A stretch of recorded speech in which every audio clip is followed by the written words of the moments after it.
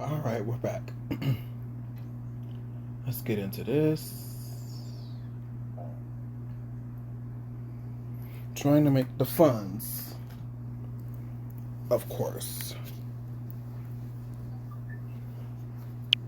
Dang it, it always does this. Every single time. That is so annoying. That is so annoying. So annoying.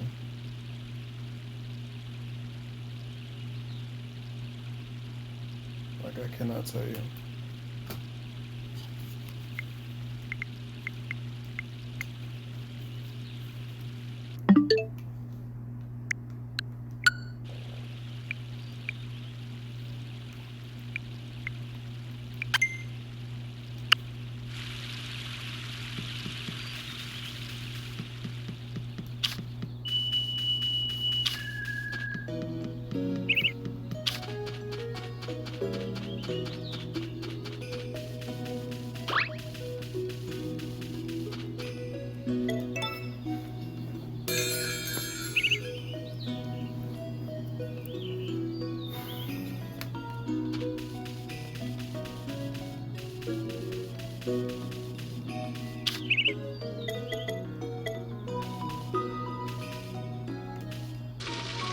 Yay!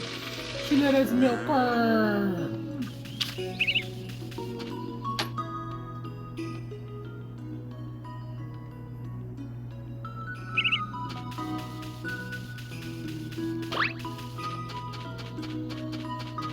Let's see what's in here.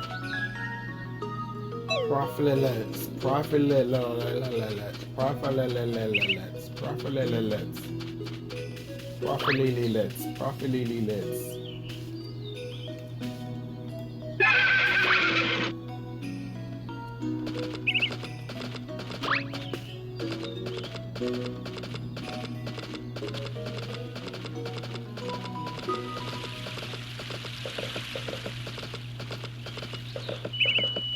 I still don't know if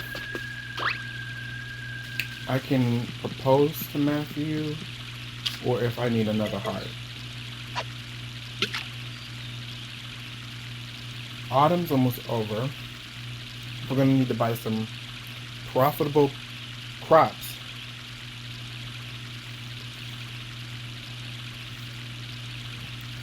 And that's real.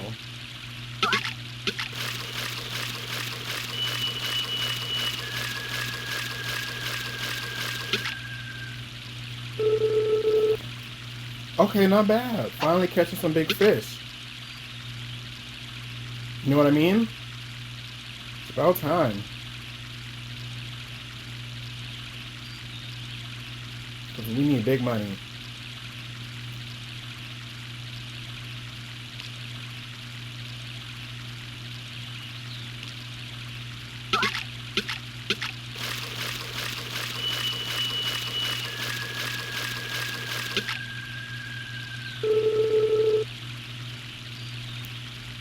I think we found a good spot.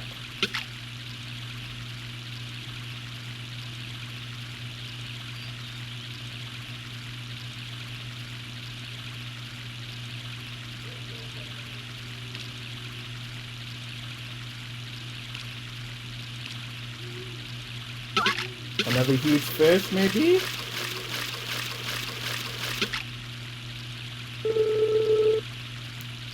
Wow.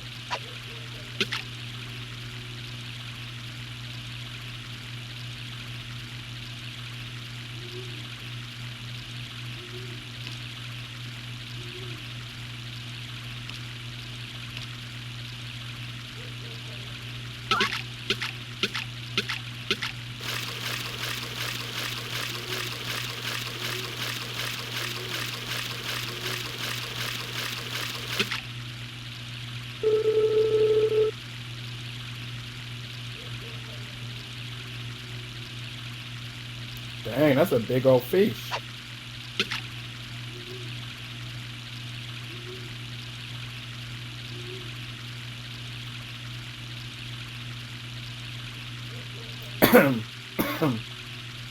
Excuse me, guys. Owls.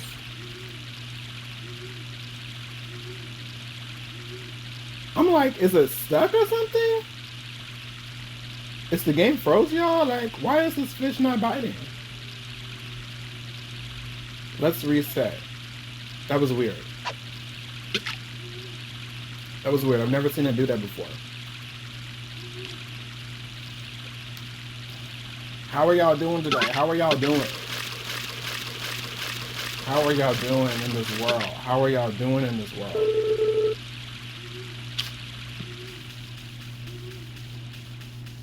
I pray to God y'all doing better than me.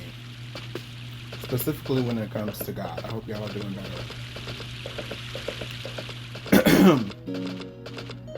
I hope you guys are doing a lot better than me. Overall, but specifically when it comes to God. I hope you guys are doing a lot better than me. My relationship with the powers that be is just ridiculous at this point. Let's make sure that the chickens are good. Crops are good, I think. Yeah. Sweet potato. You know what I want to do? Let's see if I can find...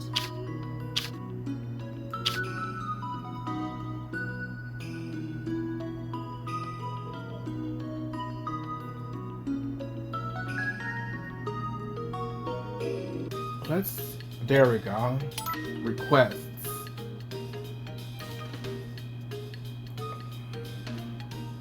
Marble milk, sweet potato, just one.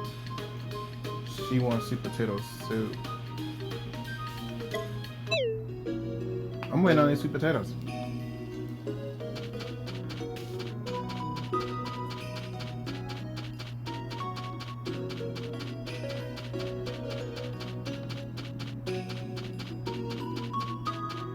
I don't know what the fudge I'm gonna do about.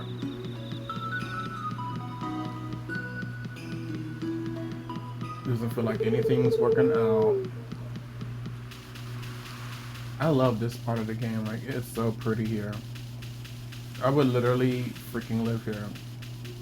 Away from everyone and everything. I would live here. She's so sleepy.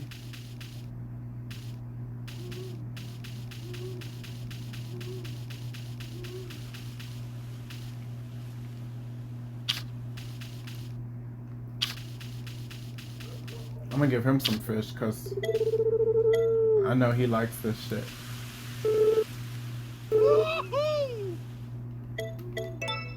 It's for you, big dog. Big Daryl. Big Dardar. It's for you, Big Daryl. Big Dardar. Hopefully he'll invent some crazy ish and give it to us.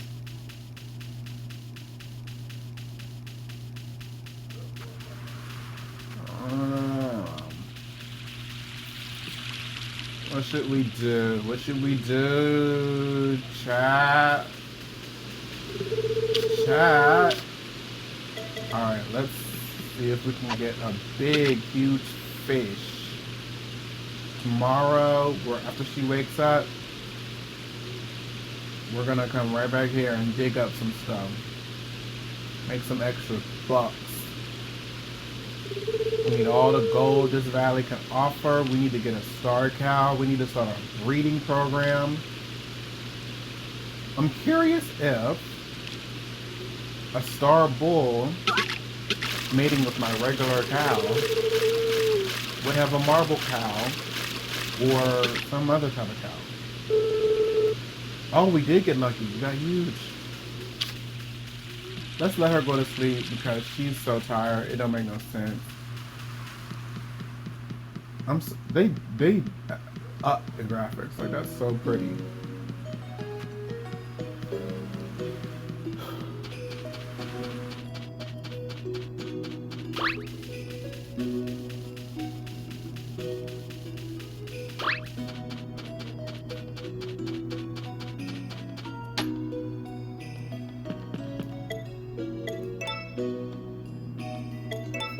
What dream is she gonna have?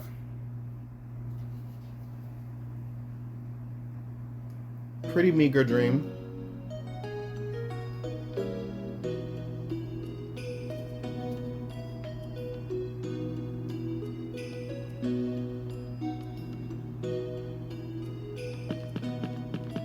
Oh, I forgot to go to that festival.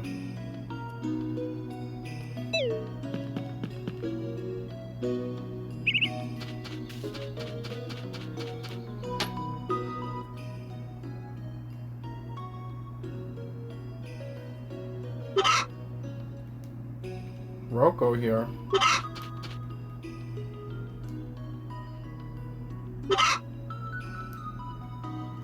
Fifi.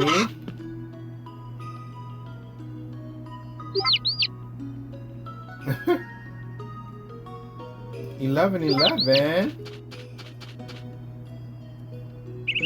If that little fertilized egg come out a boy, he is gonna be sold. And how's the baby Dina? Oh Dina, oh my Dina, we love you. We love you, Dina. The whole world love you, Dina. You and your baby. Oh, she's in a good mood. Dina. Alright, let's make sure she fed.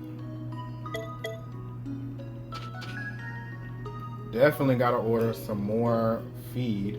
What's wrong with this girl? Oh, I thought she was tired. I was like, dang, we just fed her. She just woke up. Oh, you know what?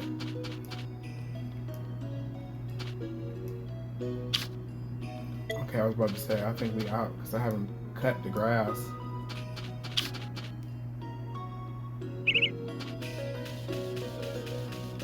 But they won't starve. We have enough. One time I played the game and the GameCube version, they don't start you off with like a lot, and I didn't buy fertilizer and it wasn't growing quick enough, and I didn't notice that my bull was sick. And this is in Harvest Moon, Another Wonderful Life on the GameCube. My bull was sick and I had just saved and I didn't know he was sick. So every time I tried to like, you know, restart the game to my last save point, he was basically on his last day of life. And he died and died and died. He died. Like, I could not order, I ordered the medicine, but it never came in time because he was already on his last day and I had already saved on his last day of life. When that bull died, I stopped playing the game for a whole month. I don't know. It was like messed up. It was so messed up. I don't know. It was messed up. Random story time. Random story time. So I'm glad they start you off with grass. Because wow.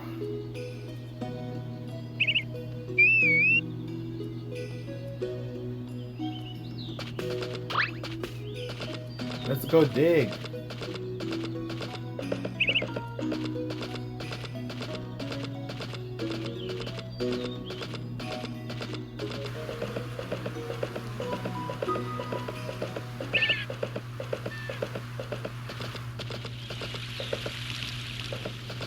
I'm gonna go for this water again. Whoa, whoa. Wee. Okay. Wee. Alright, Unison. I'll be back later. See if I can find me a fortune. Oh. Well, when you make plans, God laugh. Alright, let's get out. Oh, right on time. Might not be when I want it, but it's right on time. You know what? I'm gonna go under a tent one of these days. I gotta come here at like 9 o'clock to catch them.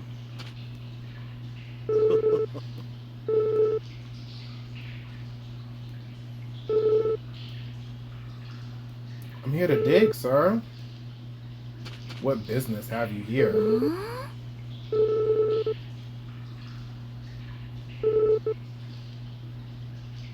Do I have to wait till 10 o'clock to dig? Okay, it's 10 o'clock. I guess I had to wait till 10 o'clock.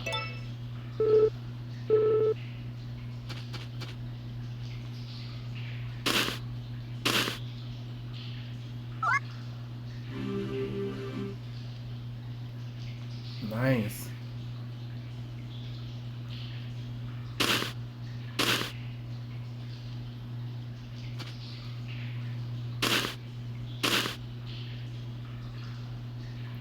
So while she's digging,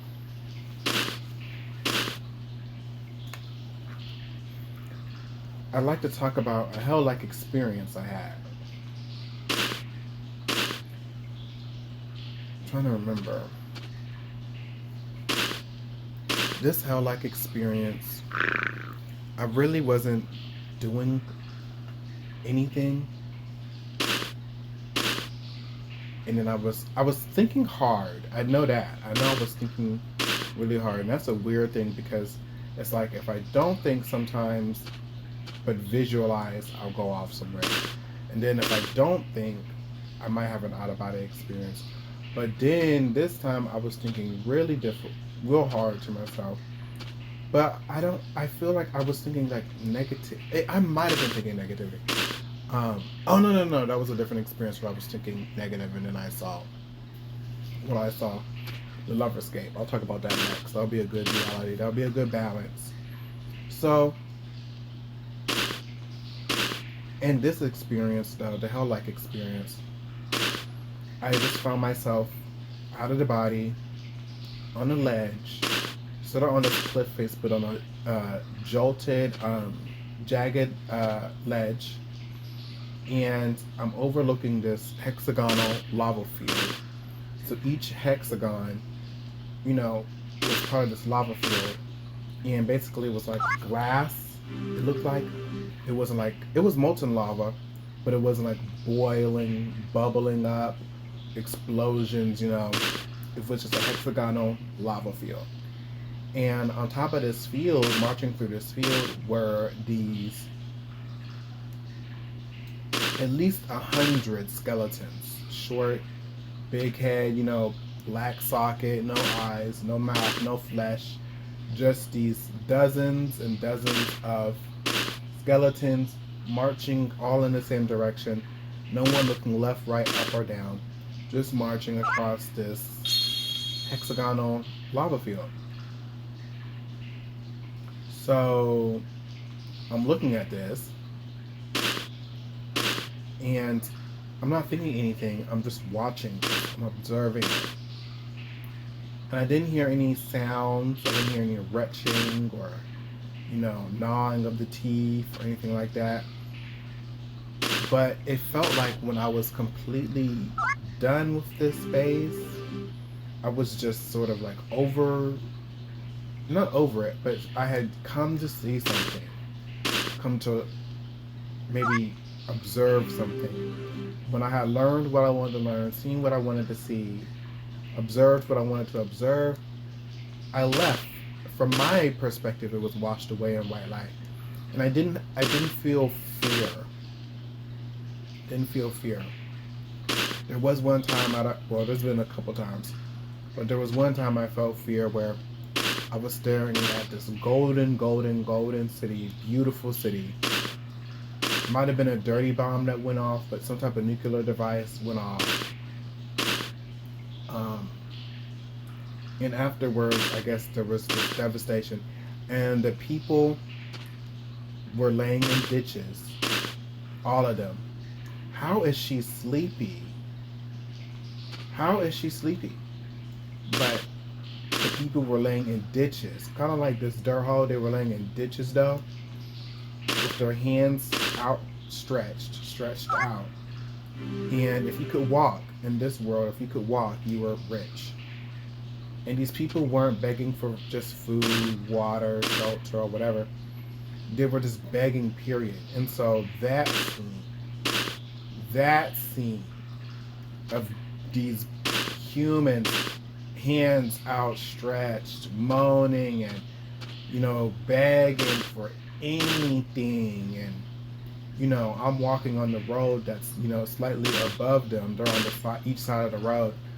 that was more terrifying than this hell-like experience. I felt real fear when I experienced that. So now, to balance it out, before what I was talking about the loverscape was I was definitely thinking some negativity. I was definitely thinking some negative thoughts at the time, and I was pretty relaxed, but I was just thinking about all this mess. And you know, because living here is difficult. You know, this is anyways. So I was there, was thinking about these negative thoughts, or whatever, and I just found myself in this space, this crazy space. And I was being told that this was the loverscape. The loverscape.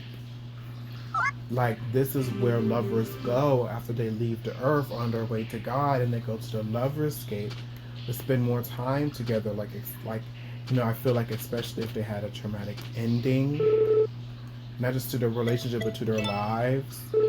You know, like maybe Romeo and Juliet would be a good example of souls who would go to the loverscape to spend more time together, get closure on everything that happened. You know, I was just being shown this beautiful love, and I was just thinking about how awesome that is that this exists, because I have always loved lovers. I've always been Unison. Unison, what did you do in the hours I left you, Unison?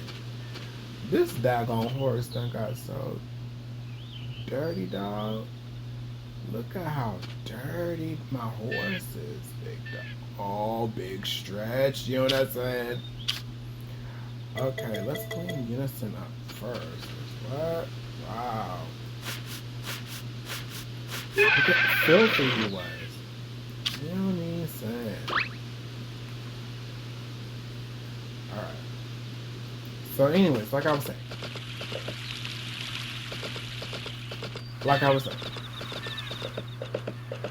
I was being shown this place, and it was being explained to me what it was, and all of that. But the thing that I noticed was, you know, I wasn't alone in this case. There was someone to my left. I don't know what they look like, but I do want to say I feel like it was just a hoodie and a void inside, because I've seen that so many times. So I feel like it was that. The person telling me was just like that. And so I'm listening to this.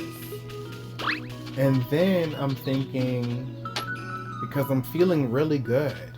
I'm feeling pretty remarkable at this time. I don't think she likes this male chicken. I think I got rid of her boyfriend, because she was giving fertilized eggs. I have 2 fertilized eggs. And I feel like she don't like this man. She don't like this guy. She don't like Roku. I got rid of her husband. I sold her husband. Now, what was I about to do? What was I about to do? Checked on the chickens. Oh, yeah. Now that I have an egg, I can go give it to... Oh, I'm gonna make some egg soup for him. Yup. Make some egg soup for him. So I'm being told this about this loverscape, and I'm being told all these things, and so by this spirit or something, this consciousness, and I'm feeling, like I said, extraordinarily good. I'm feeling extremely well. I'm feeling better than I usually feel living inside of this particular human body that I have to live in. And I feel like it kind of like made me, it wasn't a dream, but I'm saying I feel like it made me lucid. It brought me to the forefront. It really woke me up in that space, because I was feeling that good. Are y'all picking up what I'm putting down? I just felt so good. And so there I was, and I turned to this entity, being, spirit guide, guardian angel, a big brother, a fellow consciousness, whatever, another soul, this hooded figure. And I said, which I think this is so hilarious. This is so hilarious that I said this. I said, am I dead? And the reason I think that's so hilariously funny in a good way, in a stupidly good way, is hilarious to me. There's bad. It's like my ex said that he wanted someone to smile at him when his spouse would see him. He wanted him to smile. And when he first told me that, because I came from such negativity, I didn't know what the heck he was talking about. Anyways, though, so when I'm looking, I'm feeling like I said, am I dead? Because I was feeling that good. So it was just like insanity. I was feeling so good that I thought I was dead. Mind you, I consume no external substances. So this is just through meditation. And I'm just thinking about it, so I can still remember it. And so he only takes one dish a day. And then he don't like my melons, and I need those to make the money. He don't like nothing else that I have. He don't like fish. I can't give him a fertilized egg.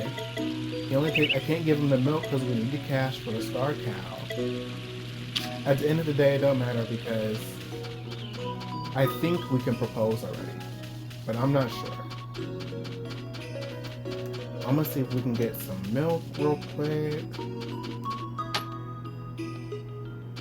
I think she likes staying in the barn a whole lot more.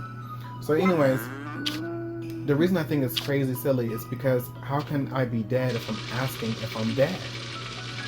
And then I'm feeling so good that I figure I'm dead? There's just so many different aspects to it to why. But the reason that I think it's funny mainly is because how can you ask, am I dead, if you're dead? And then we were in this black void. I didn't even see the loverscape with eyes. I saw it through feeling. I sensed it was there. I sensed this immense landscape before me. We stood in front of this immense landscape. We were speaking about the landscape in question.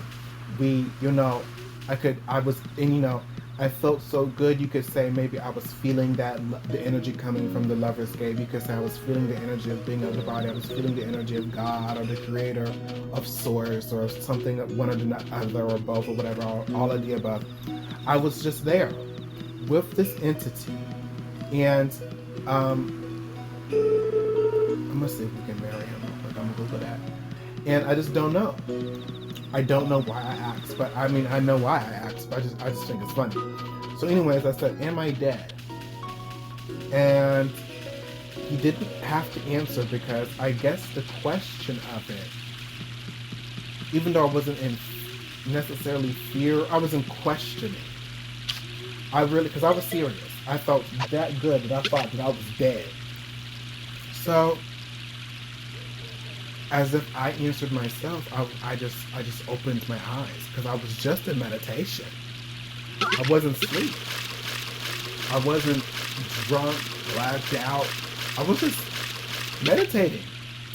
But in that space, I didn't think about my body. Thank God.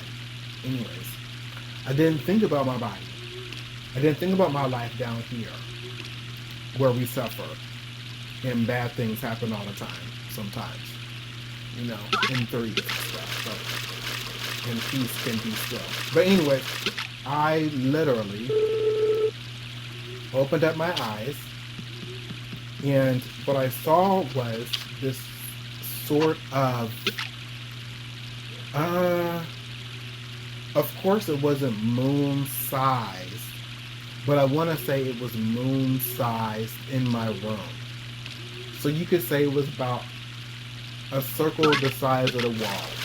If you look at your wall, think about how big a circle or an orb would have to be to reach from the floor to the ceiling of your wall. And imagine that circular orb coming at you, 3D, has depth to it, and is coming at you like a giant eyeball. Imagine a single eyeball floating out from your wall and approaching you while you're laying on your back in bed.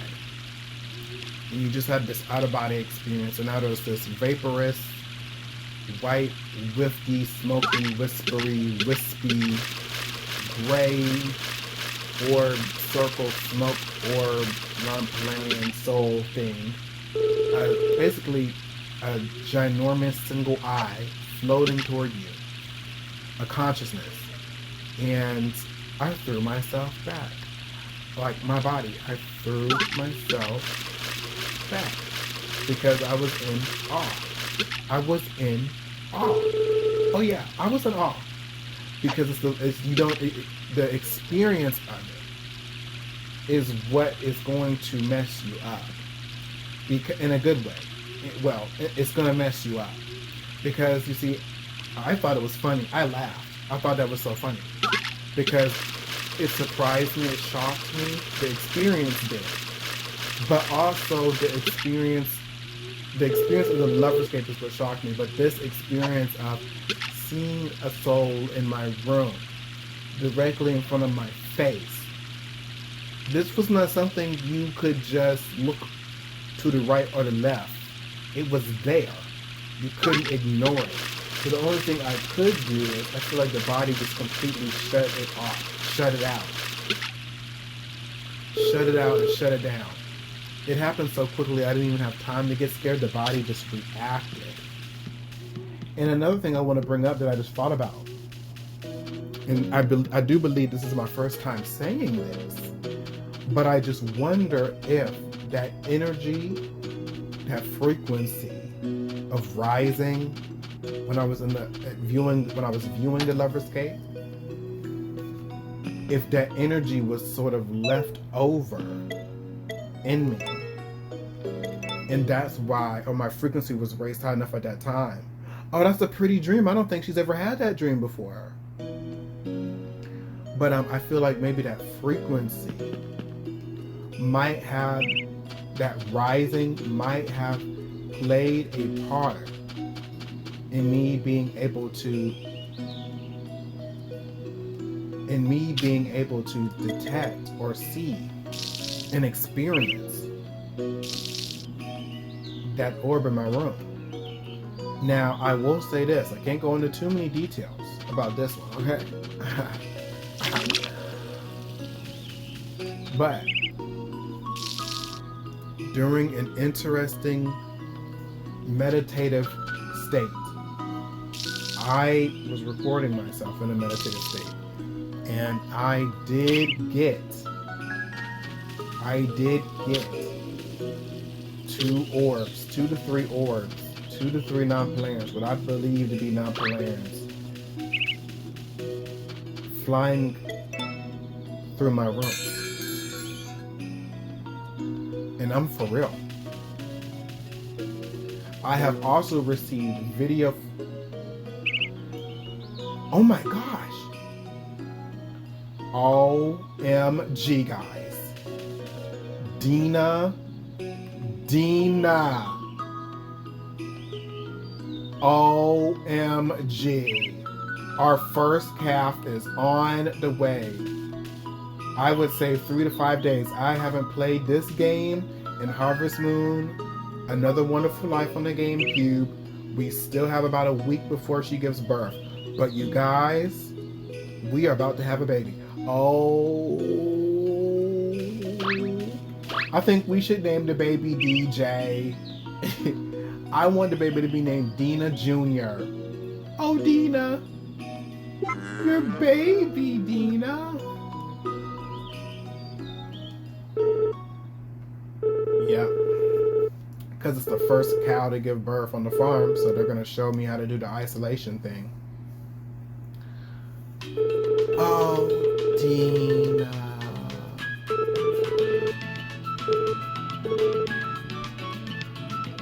Good for you, Dina. We're going to name the baby DJ. Boy or girl? Oh, but for a boy, Dina. Well, for the boy, we'll just say DJ. But for the girl, we'll spell it out. Dina Jr. There we go. So either way, it'll be DJ. Let's go feed her though, because I didn't see no food up in there.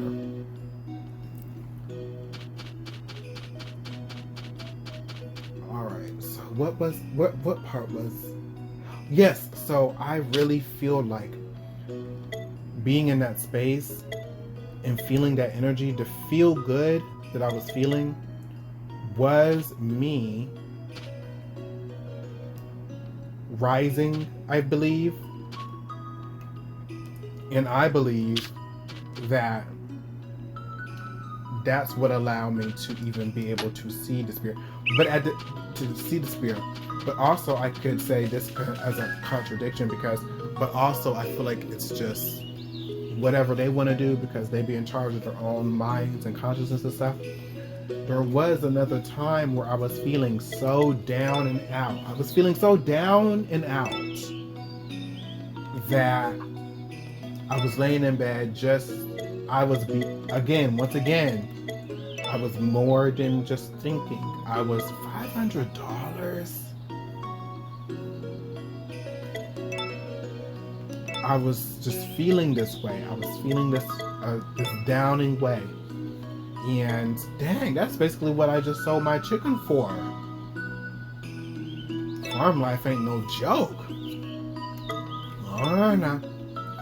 Let's see if I can get... Oh, a seed maker. I'm looking for the hybrid thing. I'm looking for the hybrid thing.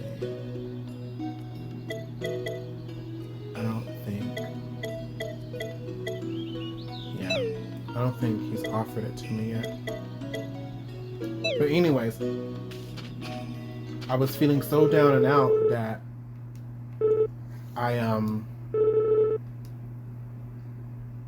looked up to my right, like to the ceiling, and this is the second time this has happened, where an orb or a giant eye has come through the walls and been in my room.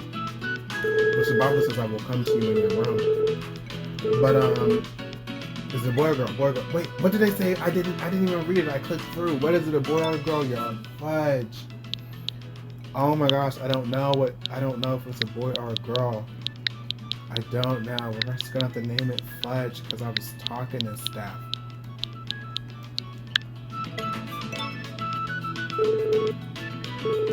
Oh, now I just wanna know if it's a boy or a girl. If it's a boy, he getting so... Let's see what Fudge is.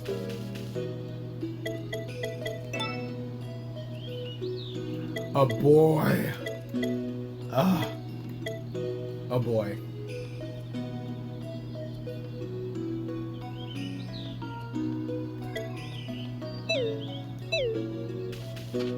11 grew up in there?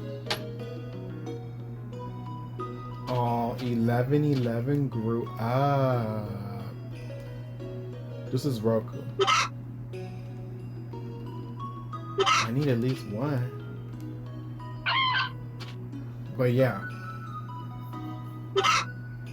It just came out the ceiling. It was just there and it came up. Well, down. It came down and I looked up. And I don't know. I didn't hear anything. I wasn't scared this time because it came down slow. And also I was just like over it. I didn't really care. I was just that far gone that I just didn't care. Like I just did not, I really did not care at that point. It was really crazy. Hope it's a girl. It was just really, really, really crazy and sad. Because it was like, I just don't even care. Like, I don't, you know, you can get that sad to the point where you don't even care about your own well-being, your own safety.